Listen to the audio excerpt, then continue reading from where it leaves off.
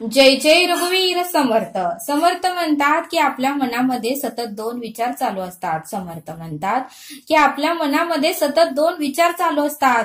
एक म्हणजे चांगला विचार तर दुसरा म्हणजे वाईट विचार. एक म्हणजे चांगला विचार तर दुसरा म्हणजे वाईट विचार. त्यावेळेस समर्थ म्हणतात की नेहमी आपण चांगल्या विचाराचंच ऐकलं पाहिजे. नेहमी चांगल्या विचाराला सहमती दिली पाहिजे.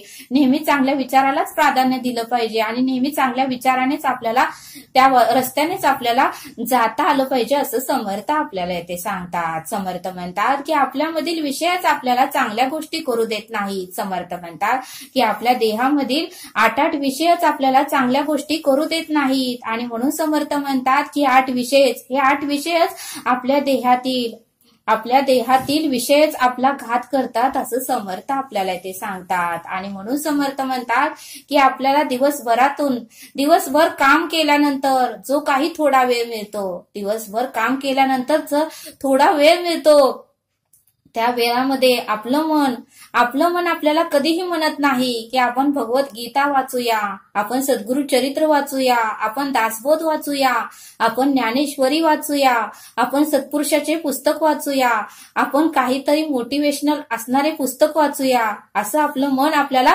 कधीच म्हणत नाही. पण थोडा वेळ मिळाला, दिवसभरामध्ये थोडा वेळ मिळाला तर आपलं वाईट मन मात्र आपल्याला सांगतं की आपण मोबाईल बघूया, आपण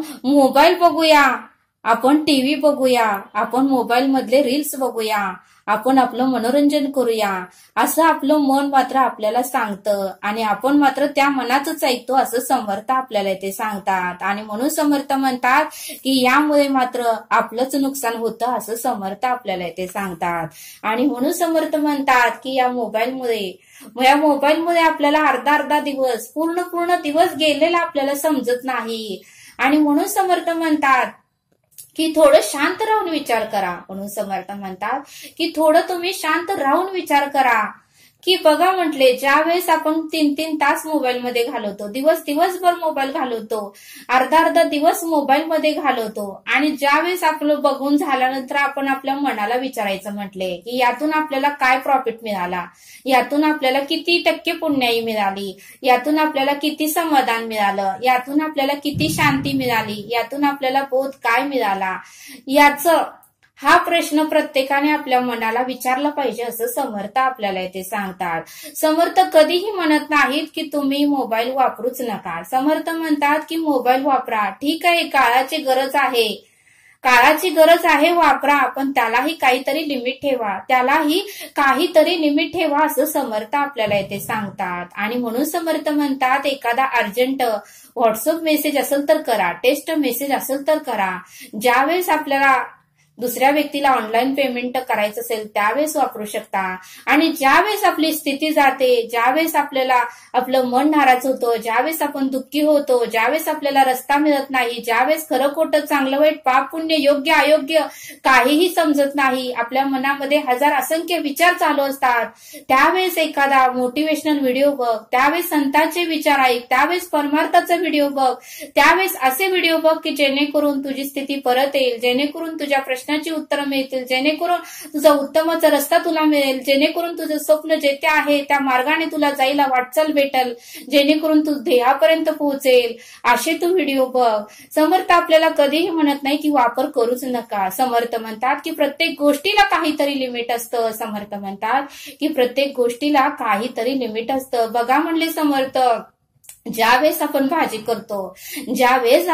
करतो त्यावेळेस म्हणले भाजीमध्ये आपण 1 वाटीभर तिखट टाकू का म्हणले, आणि जरी 1 वाटीभर तिखट टाकलं तर ती भाजी कोण खाणार आहे म्हटले, किती तिखट होईल म्हणले भाजी. प्रत्येक गोष्टीला प्रमाण आहे म्हटले, प्रत्येक गोष्टीला प्रमाण आहे. त्या भाजीमध्ये जर तिखट प्रमाणात घातलं तरच प्रत्येक जण खातील. तसं म्हणले समर्थ आता त्या भाजीकडे जाऊ नका, तुम्ही तुमच्या देहाकडे या देहाने सुद्धा ते मोबाईल बघण्याचं सुद्धा लिमिट असतं म्हणले. ठीक आहे म्हणले 1 तास 2 तास ठीक आहे म्हटले, पण दिवसभर त्यात घालवलं तर म्हटले नुकसान आपलंच आहे. आपण आपल्याला प्रश्न विचारला पाहिजे की यातून मला किती प्रॉफिट झाला, यातून माझं किती पुण्याई वाढली, हा प्रश्न आपणच आपल्याला विचारला पाहिजे आणि मगच आपल्याला उत्तर भेटेल असं समर्थ आपल्याला इथे सांगतात. आणि म्हणून समर्थ म्हणतात की मोबाईल वापरा, आपण गरजेपुरतं वापरा, जेवढं आवश्यक आहे तेवढाच वापरा असं समर्थ आपल्याला इथे सांगतात. समर्थ म्हणतात की या मोबाईलमध्ये 100% चांगल्या गोष्टी घेण्यासारख्या आहेत आणि 100% वाईटही गोष्टी घेण्यासारख्या आहेत. मग त्यामधून आपण काय घेतलं पाहिजे हे आपण ठरवलं पाहिजे असं समर्थ आपल्याला इथे सांगतात. समर्थ म्हणतात की मोबाईलमुळे मुलांमध्ये विसरण्याचे प्रमाण वाढलं आहे, मुलांची विचार करण्याची क्षमता कमी झाली आहे, मुलांची बुद्धीची वाढ कमी झाली आहे आणि मुलांमध्ये चिडचिडपणा वाढलेला आहे, मुलांमध्ये द्वेष हा प्रमाण वाढला आहे, मुलांमध्ये रागरागाचं प्रमाण वाढलं आहे, मुलांमध्ये मत्सराचं प्रमाण वाढलं आहे आणि मुलांमध्ये डोळ्यांचे आजार सुरू झाले आहे आणि सतत स्क्रीनमुळे मुलांना लवकरात लवकर चष्मा लागलेला आहे आणि त्यामुळेच मुलांचं डोकं दुखण्याचं प्रमाणही वाढलेलं आहे आणि आजाराचं प्रमाण वाढण्याचं कारण म्हणजे मोबाईलच आहे असं समर्थ आपल्याला इथे सांगतात. समर्थ म्हणतात की थोडं विचार करा. पूर्वी म्हटले 50-50, 60-60 वय झालं तरी लोकांना चष्मा लागत नव्हता म्हटले समर्थ. पण आता बघा म्हणले 10 वर्षाच्या मुलाला सुद्धा चष्मा लागलेला आहे. हे कलियुग आहे बघा म्हटले, विचार करण्याची गोष्ट आहे. 10 वर्षाच्या मुलाला चष्मा लागला आहे तर तो 70 वर्षापर्यंत त्याची दृष्टी कशी होईल हे तुम्ही विचार करा म्हणले. प्रत्येक अवयवाची किंमत समर्थांना विचारा म्हटले किती आहे ती, आणि प्रत्येक अवयव समर्थांनी जोपर्यंत आपलं जीवन आहे तोपर्यंत प्रत्येक अवयवाला सामर्थ्य पुरवलंय, पण आपण मात्र त्या अवयवांचा जास्त वापर करून त्याची पुण्याई आपण खर्च करत आहोत आणि त्यामुळेच ते अवयव आता आपल्याला साथ देत नाहीत असं समर्थ आपल्याला इथे सांगतात. आणि म्हणून समर्थ म्हणतात की मुलं आणि मुलींमध्ये हट्टाचं प्रमाण ह्या मोबाईलमुळेच वाढलेलं आहे. मुलं आणि मुलींमध्ये हट्टाचं प्रमाण या मोबाईलमुळेच वाढलं आहे आणि या मोबाईलमुळेच काय योग्य काय आहे, अयोग्य काय आहे, चांगलं काय आहे, वाईट काय आहे हे कळून घेण्याची क्षमता पूर्णपणे मुलांची कमी झालेली आहे असं समर्थ आपल्याला इथे सांगतात. समर्थ म्हणतात की लहान मुलांवरती संस्कार करणे फार गरजेचे आहे. समर्थ म्हणतात की ज्यावेळेस आपण कणिक मळतो त्यावेळेस मात्र आपण ती चपाती लाटतो आणि मग ती चपाती उत्तम आणि छान अशी होते. पण समर्थ म्हणतात की कणिक आपण मळून ठेवली आणि 2 दिवस कणकीकडे बघितलंच नाही तर ती कणिक मात्र पूर्णपणे वाळून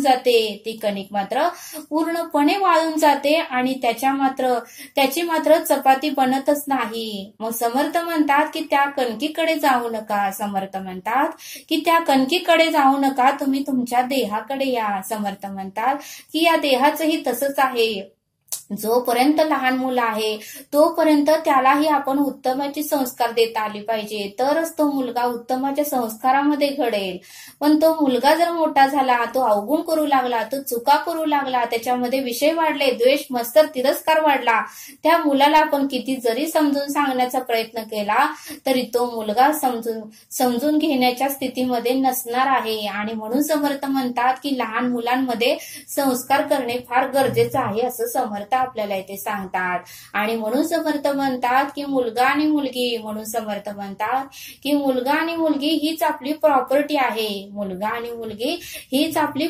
आहे. आता बघा म्हटले या कलियुगामध्ये समर्थ म्हटले ज्यावेळेस एखादी लहान मुलगी किंवा ज्यावेळेस एखादा लहान मुलगा रडायला लागतो त्यावेळेस मात्र त्याचे पालक, त्याचे आई वडील किंवा घरातले जे कोण असेल तो मुलगा रडायचं थांबावं म्हणून त्याच्या समोर मोबाईल आणून देतात आणि तो मुलगा मग व्हिडिओ बघत बसतो.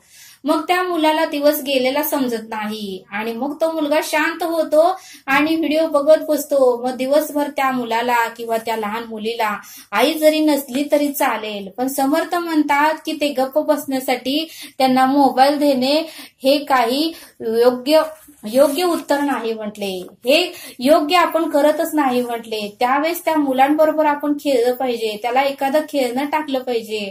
मोबाईलच देणे हे काही कारण नाही म्हटले शांत करण्याचं. आणि म्हणून समर्थ म्हणतात की त्या कोवळ्या डोळ्यांना किती त्रास होत असेल, त्या कोवळ्या डोळ्यांना ते स्क्रीन बघून त्यांच्या डोळ्यांना त्याचा किती परिणाम होत असेल याचा तुम्ही थोडा तरी विचार करा, असं समर्थ आपल्याला ते सांगतात. समर्थ म्हणतात की मोबाईल एक व्यसनच आहे. समर्थ म्हणतात की मोबाईल जास्त वापरणे हे एक व्यसनाप्रमाणेच आहे, असं समर्थ आपल्याला ते सांगतात. समर्थ म्हणतात की आता मुलांमध्ये आत्महत्येचे प्रमाण का वाढत आहे, आता मुलांमध्ये आत्महत्येचे प्रमाण तर का वाढत आहे, तर समर्थ म्हणतात की त्याला एकमेव कारण म्हणजे मोबाईलच आहे.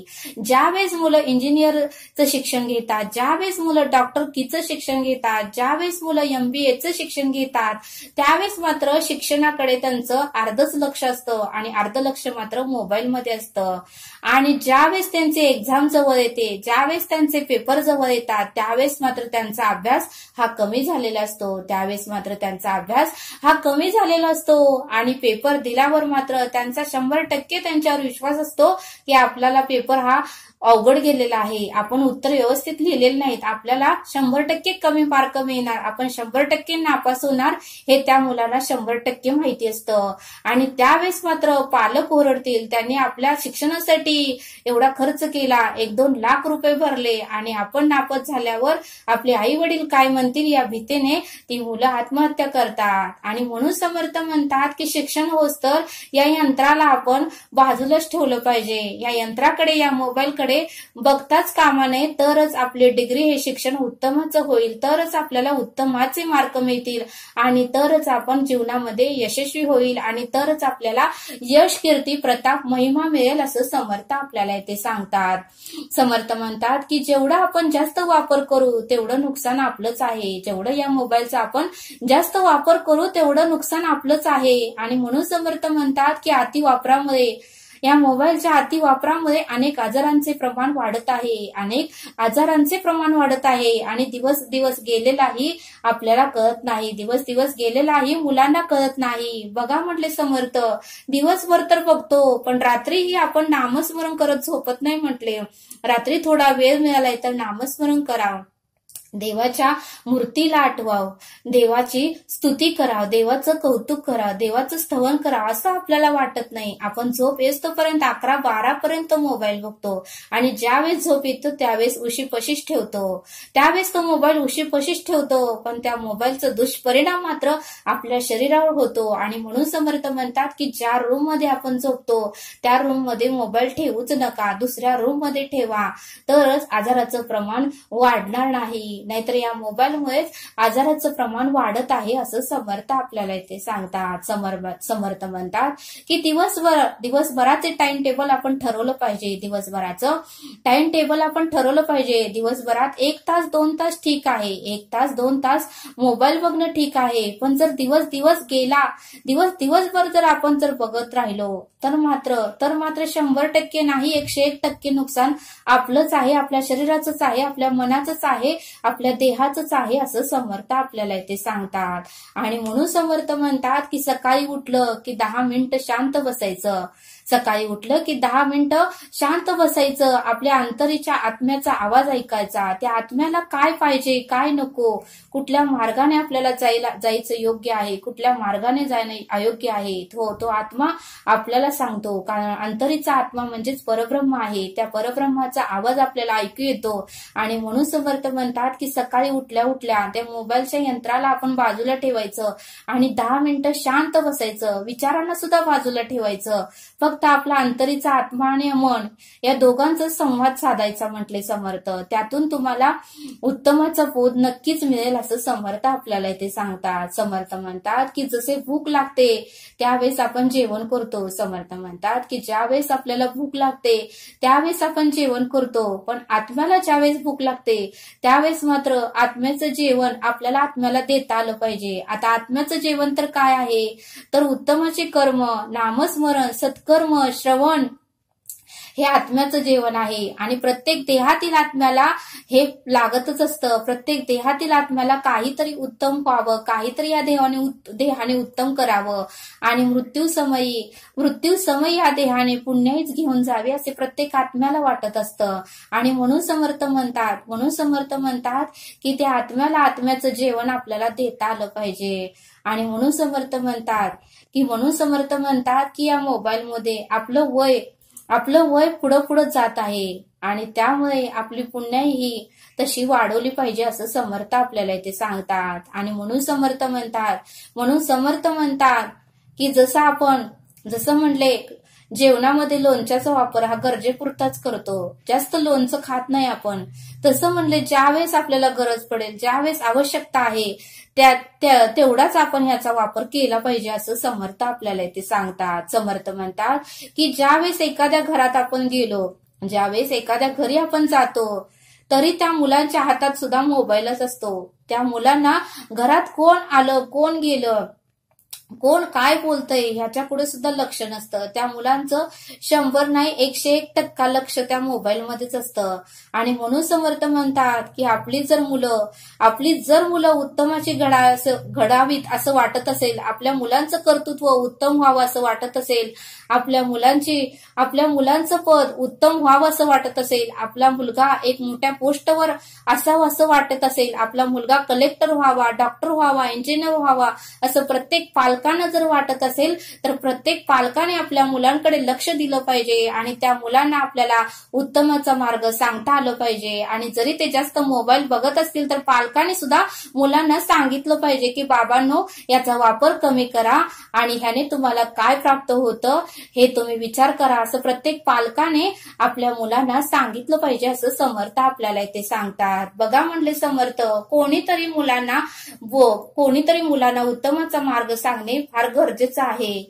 समर्थ म्हणतात की त्यातूनही उत्तमाचं आपल्याला घेता आलं पाहिजे आणि जास्त वापर केला तर आपल्या देहालाच त्याचं त्रास होणार आहे, आपल्या देहालाच त्याचं नुकसान होणार आहे. आणि डोकं दुखायचं प्रमाण आणि चष्मा लागण्याचं प्रमाण आणि बुद्धीची क्षमता कमी होण्याचे प्रमाण, चिडचिडपणा, रागरागपणा, द्वेषपणा, अहंकारपणा, हट्टीपणा या अति मोबाईलच्या वापरामुळेच घडत आहे असं समर्थ आपल्याला इथे सांगतात. आणि म्हणून समर्थ म्हणतात की ज्या वेळेस आपण पेपर वाचतो त्यावेळेस मात्र बातम्यांमध्ये त्या पेपरमध्ये एवढ्या भयानक घटना नुसत्या दिलेल्या असतात. भावाने ह्याला मारलं, पतीने पत्नीला मारलं, ऍक्सिडेंट झाला, काही ना काहीतरी घटना घडतच असतात. आणि म्हणून समर्थ म्हणतात की या घटना कुठेतरी थांबाव्या, कुठेतरी उत्तमाचा मार्ग दिसावा आणि त्यासाठी परमार्थ करणे ही फार गरजेचं आहे. आणि म्हणून समर्थ म्हणतात की मोबाईलचा अतिवापर करूच नका, त्याने आपल्या देहाचं नुकसान होणार आहे, त्याने आपल्याला त्रास होणार आहे. आणि प्रत्येकाला प्रश्न विचारावा की एवढा वेळ मी वाया घालवला, त्यातून मला प्रॉफिट काय मिळाला, माझी पुण्याई किती टक्के वाढली आणि मला समाधान शांती मिळाली का, हा प्रश्न प्रत्येकाला विचारावा असं समर्थ आपल्याला इथे सांगतात. समर्थ आपल्याला एक बोध सांगतात, भ्रमे नाडळे वित्त ते गुप्त झाले, जीवा जन्म दारिद्र्य टाकून आले, देह बुद्धीचा निश्चय जाटरेना, जुने ठेव नेहमीपणे आकळेना. या श्लोकाचा अर्थ समर्थ सांगतात की मी देह आहे या भ्रमामुळे ते खरे आत्मरूप धन जवळ असूनही गुप्त झाले, हरपले. त्यामुळे जन्मापासून जे दारिद्र्य अर्थात जीवपणा भोगणे नशिबी आले. ज्याला मी देह आहे हा निश्चय झटकून टाकता येत नाही, म्हणजेच देह बुद्धीजन विकार सुटतच नाहीत, त्याला याच संकुचित मीपणामुळे सनातनाशा निजरूपाचे अंकलन होत नाही. अशा या श्लोकाचा अर्थ समर्थांनी आपल्याला इथे समजावून सांगितला. तरी आता आपण येथेच थांबूया, भेटूया पुढील भागात. धन्यवाद. जय सद्गुरू.